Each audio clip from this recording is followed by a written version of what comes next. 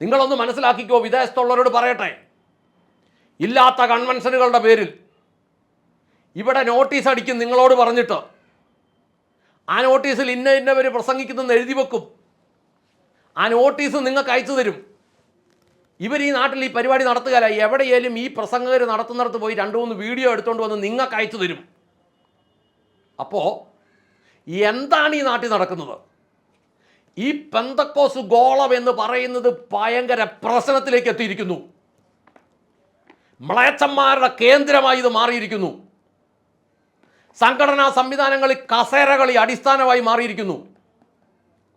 രാഷ്ട്രീയക്കാർ കാണിക്കുന്നതിലും വലിയ നെറികേടുകൾ ആളുകളെ പണം കൊടുത്ത് കൂട്ടിക്കൊണ്ടുവന്ന്, ടൂറിസ്റ്റ് ബസ്സുകളിൽ കൂട്ടിക്കൊണ്ടുവന്ന്, മൂക്കറ്റം ചാപ്പാട് മേടിച്ചു കൊടുത്ത്, കൈക്ക് പണവും കൊടുത്ത് വോട്ട് ചെയ്യിപ്പിക്കുന്നു.